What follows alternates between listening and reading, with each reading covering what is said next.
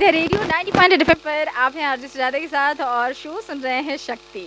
जैसे कि शक्ति प्रोग्राम में मैं रोज़ एक नई कहानियाँ सुनाती हूँ, एक नए किरदार की, उनकी ही ज़ुबानी उनकी कहानी। हमारे साथ एक नए किरदार और भी हैं, तो इनकी कहानी पहले सुनते हैं, जानते हैं इनके बारे में। सबको नमस्ते। मेरा नाम बबीता अग्रवाल है। शादी से पहले हमें मतलब पार्लर सीखने का बहुत शौक़ था, बहुत ज़्यादा ही शौक़ था कि मैं एक बहुत बड़ा सा पार्लर खोलूँ, अच्छा सा सैलून खोलूँ। फिर मम्मी लोग बोली, वहाँ अच्छी फैमिली थी, मतलब खोलना नहीं चाह रहे थे लेकिन सिखाना नहीं चाह रहे थे। मेरे बाबा लोग पुराने ज़माने के थे, क्या नहीं जाना है। फिर भी मेरी मम्मी जिद करके किसी तरीके से चोरी चोरी छिप छिप के हम जाते थे। जैसे कि आपने बोला कि आपको पार्लर सीखने का बहुत शौक था, तो शादी से पहले आपकी मम्मी ने परमिशन दिया कि जाओ कि पार्लर सीखो? हाँ, मम्मी के वजह से आज हम पहुँचे हैं, तो यहाँ तक पहुँचे हैं। और पापा का रिएक्शन क्या था जब पापा को पता चला कि ये पार्लर सीखना चाहती हैं? पापा ने तो कुछ नहीं बोला। मेरे बाबा थे, उन्हें बिल्कुल भी नहीं पसंद था कि लड़कियां बाहर जाएं, कुछ सीखें। यहाँ तक कि पढ़ाई भी हमने प्राइवेट ही किया। अच्छा, हाँ, कितने तक की पढ़ाई की आपने? बीए किया मैंने। हाँ, तो मम्मी की सपोर्ट से आपने पार्लर सीखा? और यहाँ पे ये भी नहीं था, मम्मी भी बोली क्या करोगी पार्लर करके, ससुराल में कोई सिखाने देगा नहीं, करने देगा नहीं, और तुम अपने घर का जैसे माहौल भी जान रही हो। लेकिन हम कहा कोई बात नहीं, फिर भी सीखें, यहाँ पर आए तो हम। कब हुई आपकी? मेरी हुई थी 98 में। हाँ, जब 98 में आपकी शादी हुई तब तो यहाँ पे पार्लर वगैरह कुछ नहीं होगा, खाली आपके हाथ का कला था कि आप पार्लर सीख कर आई थी। तो यहाँ पर कैसे वो माहौल बनाया आप? पहले तो ये था कि हमने यहाँ का माहौल देखा कि हमें मतलब अपने माइंड में लाए कि यहाँ की परिस्थिति मतलब मीडियम थी कि कल दिन मेरे बच्चे होंगे, पता नहीं मतलब कैसे आगे पढ़ेंगे, क्या होगा। बहुत सोचने के बाद, सबको समझाने के बाद हमने पार्लर खोला। तो आज इतना आगे, सबसे पहले तो मैंने अपने मम्मी से 15,000 रुपये लिया था। अपनी माँ से लेना नहीं चाहते थे हम। अच्छा, मतलब एक वो था, यहाँ सास ससुर या ये लोग बोले कि नहीं हमें नहीं करना। हम कहे नहीं, हम अपने आप से करेंगे, जितना हम लेंगे उतना हम लौटाएंगे। 15,000 दिया। एक नाव वाली मेज होती है पहले, सबसे पहले वो मैंने 500 का ख़रीदा था। और एक यहाँ दुकान थी, शॉप, मैंने पुराना एक लहंगा लिया था, एक जेवर लिया था। उसको मैंने, बहुत छोटी सी शॉप थी, एक पुरानी चेयर, पुराना मेज, हमने किया इसको करीब अरे आज 20 साल हो गए होंगे। 2002 में, 2002 की बात है। तब उसको मैंने किया पूरा धीरे धीरे। वो बोले कि कहीं जाना नहीं है तुम्हें, तुम्हें घर के अंदर रहना है। और कोई भी बोला मेकअप वगैरह के लिए बाहर जाना है, नहीं, हम कहे नहीं, हम घर के अंदर रहेंगे। तो हम नीचे बैठ के अपना सब कुछ धीरे धीरे धीरे धीरे करने लगे। फिर एक चेयर से मैंने आज कम से कम 10 चेयर तैयार किया है। और एक लहंगे से कम मेरे पास आज इस समय 500 से 1000 लहंगे होंगे। बस मेहनत दिन भर किया। आज मेरा बेटा है, तो इसी मेहनत की वजह से आज वो इंजीनियर बना। अगर आज ये न कर रहे होते तो शायद आज मेरा बेटा इंजीनियर ना होता। 15,000 रुपये जब आपने लिए अपने घर वालों से, ये पूरा पार्लर खोलने के लिए आपकी मम्मी से लिया आपने, तो वो 15,000 रुपये में आपने ये छोटे से शुरुआत की।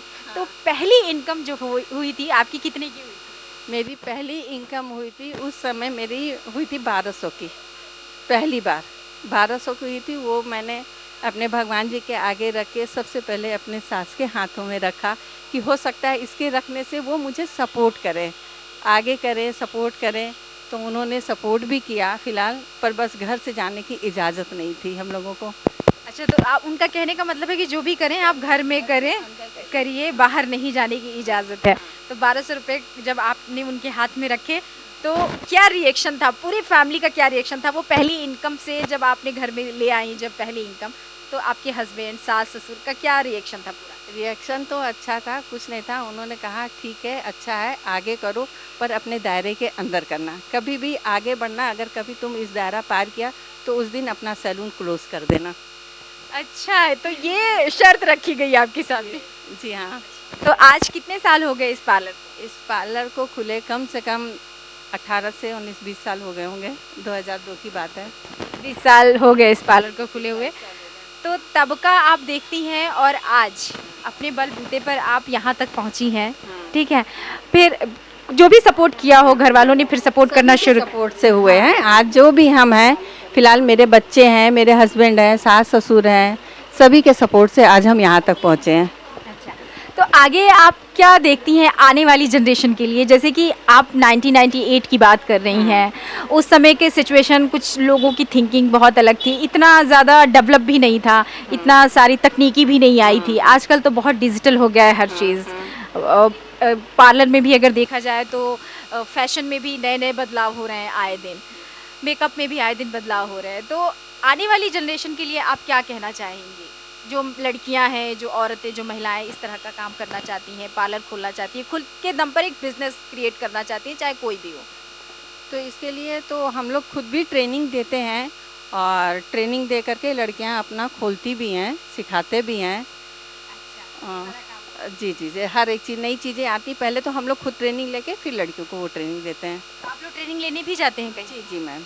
अभी तक कहाँ-कहाँ ट्रेनिंग लेने गए आप? ट्रेनिंग के लिए जैसे हम लोग लखनऊ गए हैं, दिल्ली गए हैं, यहाँ भी ट्रेनिंग होती है, जाते हैं जी। तो अब ये पार्लर आपका है, ठीक है? इसमें कितने एम्प्लॉय आपने रखे हैं काम करने के लिए? 4 लोग हैं।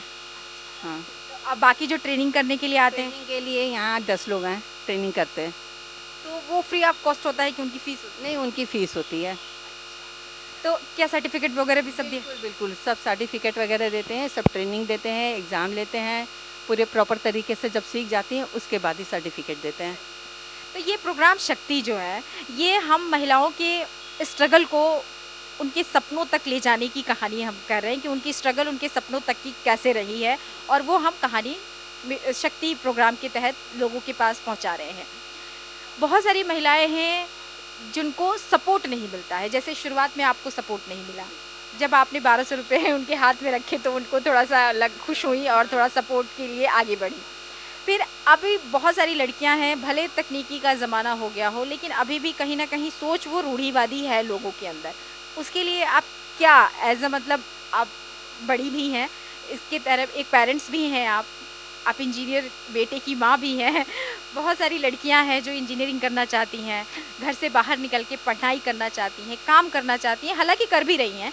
बहुत सारी हैं जिनको मौका नहीं मिलता, तो उनके लिए क्या कहेंगे? उनके लिए तो हम यही कहना चाहेंगे, क्योंकि जब तक घर का सपोर्ट नहीं मिलेगा, कोई ना कोई एक बंदे का होना बहुत ज़रूरी है जो उसको सपोर्ट करके उसको आगे बढ़ाए। चाहे लड़का हो या लड़की हो, और सबको आगे अपने पैर पे खड़ा होना चाहिए। कब किसकी स्थिति कहाँ पे क्या हो जाए, जैसे आज मेरी स्थिति है ऐसी है, तब हम आज कर रहे हैं कि हाँ मेरे बच्चे पढ़ सके। अगर आज ना किए होते हम, तो आज मेरे बच्चे इतनी मुकाम पे न पहुँचे होते। धन्यवाद, शुक्रिया बहुत।